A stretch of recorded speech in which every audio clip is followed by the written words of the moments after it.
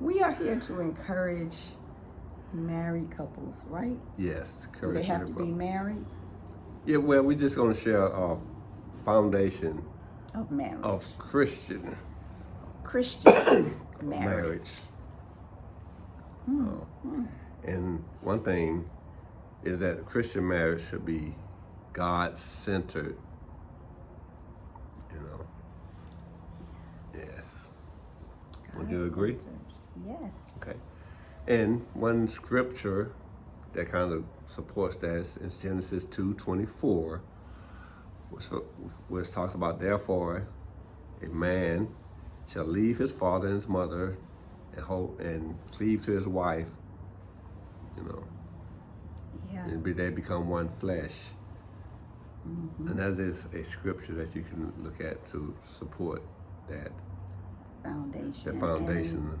And another scripture is Matthew 19:5-6. What God has joined together, let no one separate. Yeah. And in that scripture there, before that, they were questioning Jesus about divorce and is it lawful and all this thing. But just go read it and you'll get a good understanding. But the thing about that scripture that, we were talking about, was when people recite that scripture or read that scripture, they usually are thinking about somebody coming from the outside in to bring separation in a marriage. But that could be the spouse, the spouse. One of the spouses right. In the marriage. Just doing things to bring forth the separation. Yeah. We don't always look at that as being something internal. Like one of us can actually be doing the separating. Yeah. Yeah. Yeah. Just a little something there. So how can we center our marriage on Christ more intentional? We talked about this a few minutes ago. And we said we can do what, honey? We said we can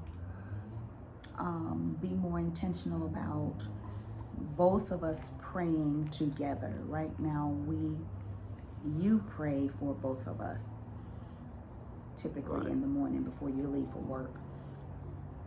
But you were saying it's important for both of us to pray what's on our heart. May be a burden, may not be a burden, may just be something that God has laid on a person's heart for your spouse or for a situation that y'all are going through or whatever. Right.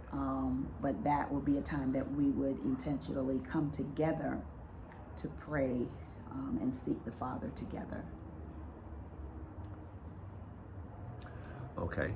And also, we talked about how what other spiritual habits can we do to adapt to improve to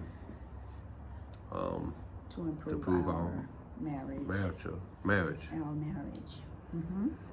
And what do we say, husband? Well, wife. What? We talk about reading our scriptures, because both of us have times when we read quiet time individually, but if we come together and reading together, it will be a way that we can increase, could help that in that area. And so as we go along, we read, have our time, and then we set a time aside, be intentional about setting a time that we're going to read or study the word together. Yes, and the only way that this will work is that you actually set the day and time, you schedule it. Right. Like just saying it is not enough, like we need to do this, but not leaving the table without setting the time and the date.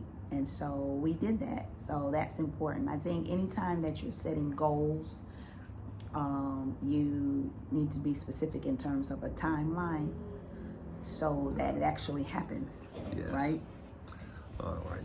So that's just a few things we going to share with you guys. So hopefully that was beneficial. Hope someone can get out of that, and we'll come to you with some more things of how you can strengthen your marriage as a Christian marriage to be strengthened.